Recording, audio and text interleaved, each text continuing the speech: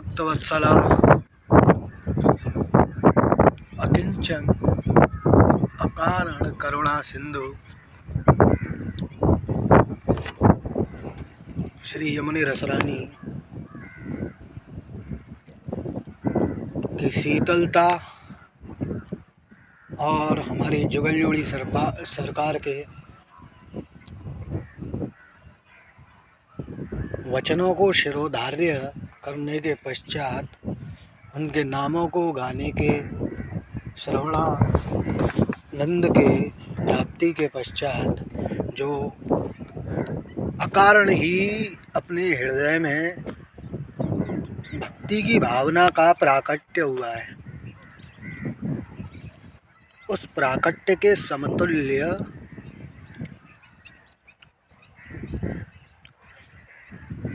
होने वाली उस चिदानंद और पारमात्मिक ऊर्जा के संसर्गित ध्येय पथ, जिसको साधारण भाषा में ध्यान योग, भक्ति योग, कर्म योग के रूप में परिभाषित किया गया है।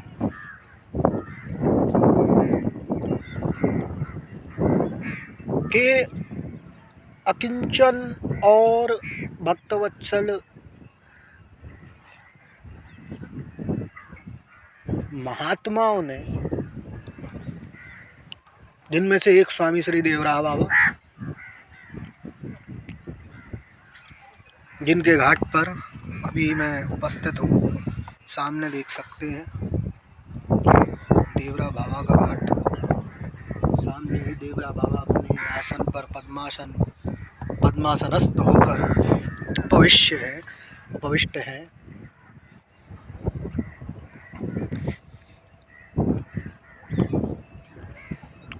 प्रेममयी इस भूमि के सिंचन में आवश्यक घटकों तत्वों के रूप में एक रूप देवरा बाबा का भी है। भागवत में वर्णित सिद्ध मुनि, ऋषि, महर्षि इत्यादियों के समतुल्य अगर देखा जाए तो देवरा बाबा उनमें गणना को प्राप्त हुए।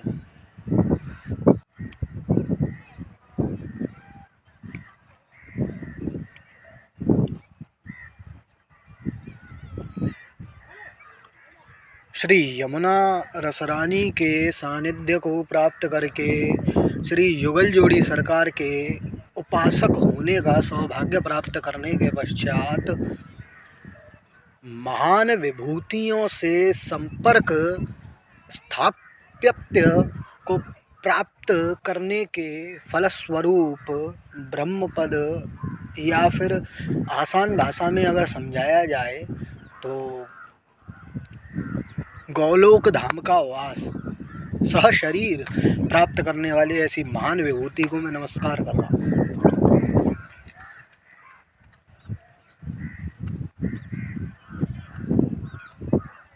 बाबा देवरा के पथ को अगर विश्लेषित किया जाए तो कहीं हद तक कहा जा सकता है कि ध्यान और भक्ति के सामंजस्य से परिपूर्ण और ध्यान और भक्ति के मिलन के फलस्वरूप उस परम पद की प्राप्ति को प्राप्त किया जा सकता है। परम पद की प्राप्ति से यहाँ से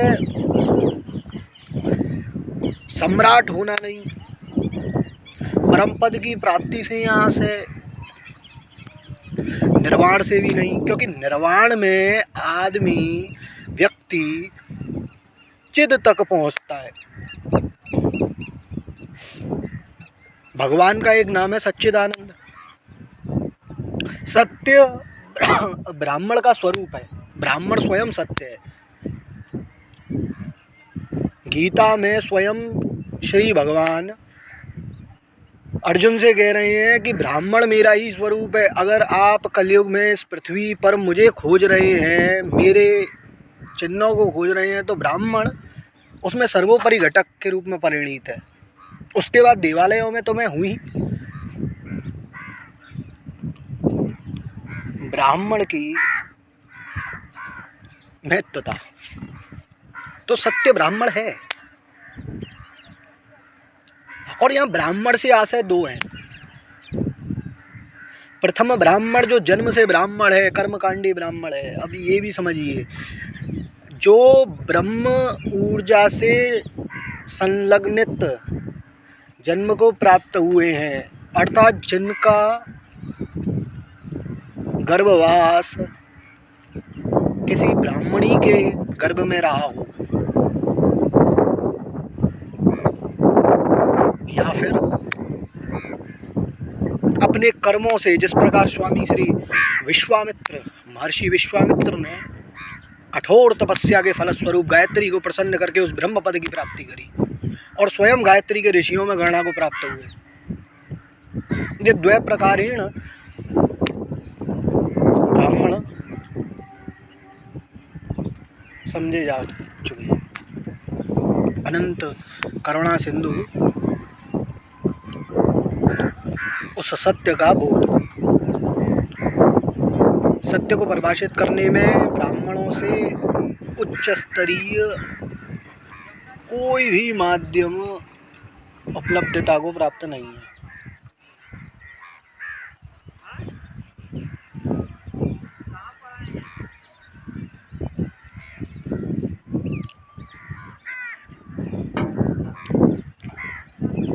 नानाविध उपायों से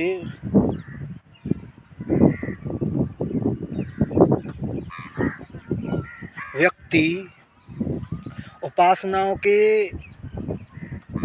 इस माया जाल में ऐसा भटक सकता है जिसकी कोई था ही नहीं। उपासना से यहाँ पर कह सकते हैं कि जितने भी तामसिक और राजसिक दैव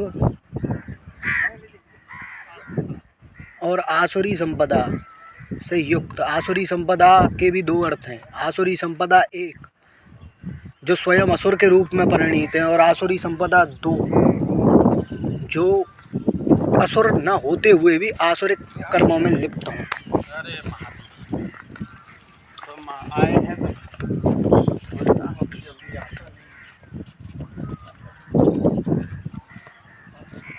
चंद्रमौली आदिगुरु भगवान शिव सदाशिव उस सत्य के परम पद को वर्णित करने में नाना शास्त्रों का गायन जगदम्बा के सामने कर चुकी है। जिस प्रकार देखा जा सकता है कि जगदम्बा ब्रह्म ऊर्जा, ब्रह्म शक्ति, योग माया,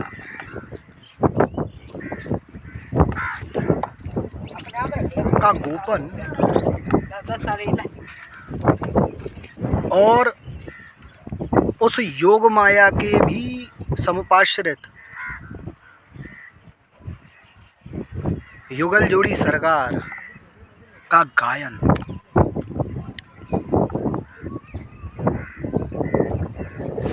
हमारे मानस पटल में दो बातें जानने योग्य हैं। पहली बात, जब तक योग माया क्या, हमारी प्राण ऊर्जा, जिससे हमारे प्राण चलायमान को प्राप्त हुए, आत्मा ही तो योग माया के रूप में परिणीत है। सर्वप्रथम जब कुछ भी नहीं था तो मैं ही था। मेरी इच्छा शक्ति के फलस्वरूप यह विश्व चलायमान को प्राप्त हुआ, यह विश्व सृष्टि को प्राप्त हुआ। तो इच्छा शक्ति भी तो योग माया की अंग है।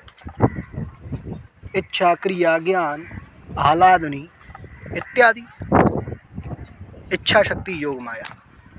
जब तक इच्छा नहीं है तब तक व्यक्ति का कर्म अपने परिणाम को प्राप्त नहीं हो सकता है। देवराहा बाबा ने योग माया अर्थात श्री यमुने रसरानी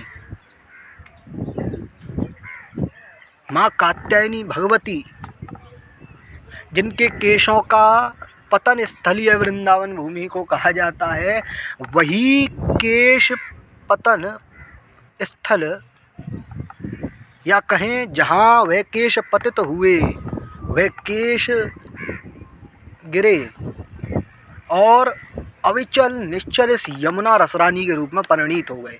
यमुना को आप अगर देखेंगे तो इसमें कालिमा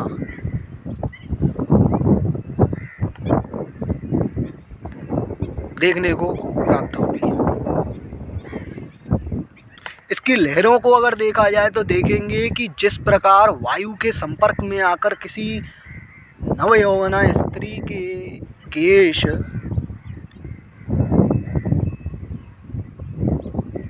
हिलोरे खाते हुए एक बादलों की सी छटा को प्रदान करते हैं, बादलों की सी छटा को परिणीत करते हैं, उसी प्रकार श्री यमुने रसरानी जो कात्यायनी के रूप में यहाँ विद्यमान है, गोपांगनाओं ने इसी ब्रजभूमि में इसी यमुना रसरानी के सानिध्य को प्राप्त कर कर अपने निर्विकार और निश्चलता को प्राप्त हुए प्रेम को प्राप्त करने के लिए श्री कृष्ण की अनुकंपा, श्री कृष्ण के आलिंगन, श्री कृष्ण के प्रेम को प्राप्त करने के लिए श्री यमुना रसरानी का सानिध्य प्राप्त हुआ। इसी कारण श्री यमुना रसरानी श्री कृष्ण की पटरानियों में महान सिंहासन को प्राप्त कर कर आसीनस्थ है।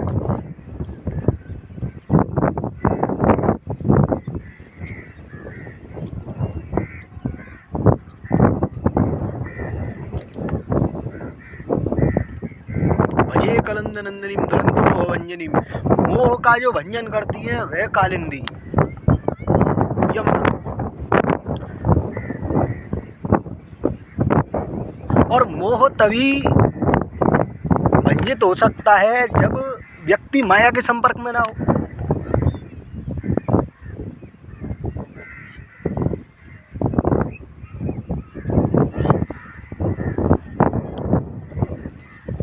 माया से संपर्कित, माया से संसर्गित व्यक्ति कभी भी मोक्ष को प्राप्त नहीं कर सकता है, मोह का भंजन नहीं कर सकता है। मोह माया से ही उत्पन्न एक घटक है, संगठन।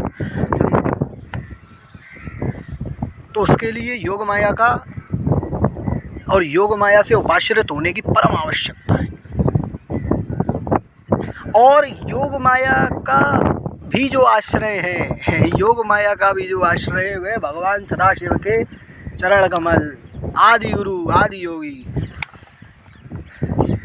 सदाशिव भगवान के चरणारविंद, जिनको प्राप्त किए बगैर योग माया का भी अस्तित्व नहीं। या फिर कहें कि भगवान सदाशिव अगर शून्य हो, योग माया शून्य हो, तो भगवान सदाशिव का भी अस्तित्व नहीं।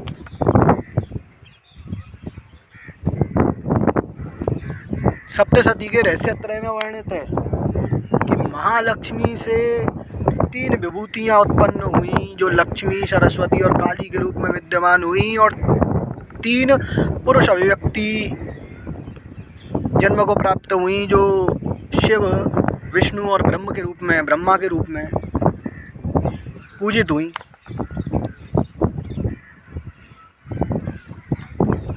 तो बिना योग माया के संपर्क से सदाशिव शून्य को प्राप्त है। समाधिस्थ सदाशिव को पूजने से न तो कोई लाभ है और न ही कोई आशय, क्योंकि समाधिस्थ सदाशिव को पूजने से व्यक्ति समाधि को तो प्राप्त हो सकता है, परंतु समाधि के अंत तक नहीं। समाधि का अंत क्या है, यह स्वयं भगवान सदाशिव ही जानते हैं। जब योग माया उनके संपर्क में आती है और उनसे अपने जिज्ञासु होकर प्रश्नों का गायन करती हैं, उसी के परिणाम स्वरूप उत्तरों के गायन में भगवान लीला कथाओं का गुणानुवाद करते हैं। द्वैत और अद्वैत कलयुग केवल नाम धारा, सुमिर सुमिर नर उतरहि पारा। कहने का तात्पर्य है कि कलयुग में केवल नाम प्रधान है, ध्यान नहीं।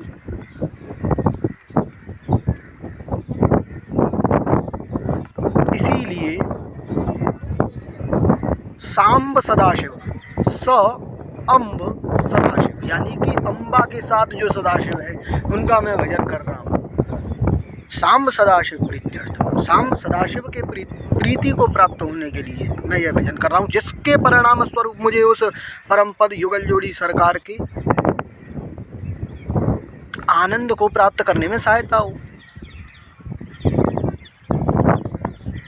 अगर पीछे से देखा जाए, जो अभी तक वर्णित हुआ है कि सत्य अर्थात सदाशिव, चिद अर्थात उनकी शक्ति भगवती जगदम्बा, और आनंद उस जुगल जोड़ी सरकार के परम पद के दर्शन या उनकी अकारण करुणा का भंजन, कृपा कटाक्ष का भंजन, मात्र इतना ही।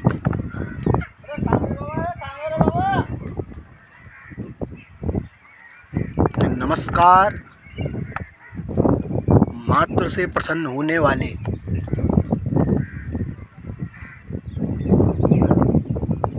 ब्रज के संतों ने माँ कालिंदी के संपर्क में महान और दुष्कर तप को आत्मसात करते हुए उस परम पद की प्राप्ति को बड़े ही साधारण रूप से प्राप्त किया, जिसको ध्यान योगी हठ योगी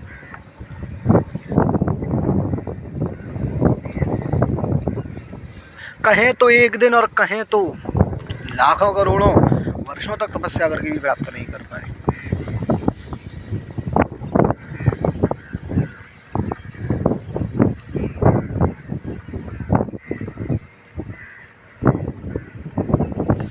यमुना रसरानी के संपर्क में बैठकर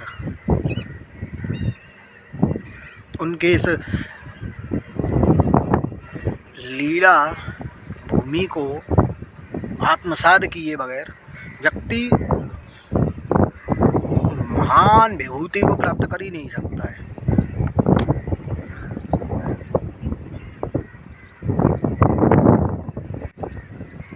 उस महान विभूति जो कि श्री राधा कृष्ण ने श्री मद्भागवत महापुराण, श्री ब्रह्मवैवर्त महापुराण, गर्ग संहिता, कृष्णोपनिषद, भागोपनिषद, कलिसंतरणोपनिषद और राधोपनिषद जैसे उपनिषदों में वर्णित गीतोपनिषद कलयुग में साधारण रूप से प्राप्त गीत उपनिषद यानी कि गीता आपको उस परम पद को बहुत ही साधारण रूप से समझाने में अपना योगदान प्रदान करती है। परंतु गीता भी जहाँ पर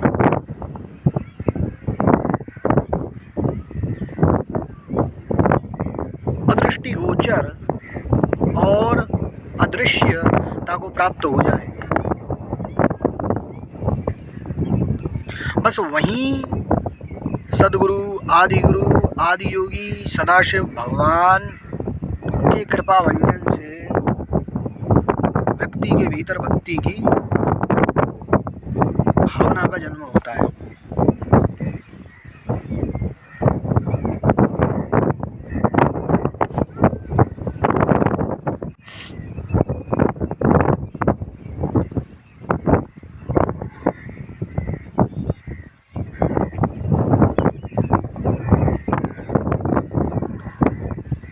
बस उसी नव और निश्चल प्रेमानुभूति की प्राप्ति में संगठित इस यमुना रसरानी के घाट पर बैठकर उस प्रेमानुभूति को आत्मसात करते हुए और आप सभी के कल्याणमयी भविष्य की प्रार्थना करते हुए स्वामी श्री देवरा बाबा के कृपा भंजन की प्राप्ति के लिए आपकी प्रार्थना के लिए और आपकी प्रार्थना करते हुए मैं अपनी जीवा को विराम देते हुए यह कहना चाहूँगा कि श्री यमुने रसरानी पटरानी महारानी के संपर्क में कुछ क्षण मात्र प्रदान करने से व्यक्ति को आत्मानुभूति या फिर कहें कि चिर शांति की प्राप्ति होती है। ध्यानियों ने यहाँ बैठकर अपने तप को करते हुए उस चिद शक्ति को भी साक्षात्कार करते हुए देखा है। मैंने अपने कुछ ही वर्षों में उस चिद शक्ति की उपासना में यह प्राप्त किया है कि चिद शक्ति का विषाद होने पर,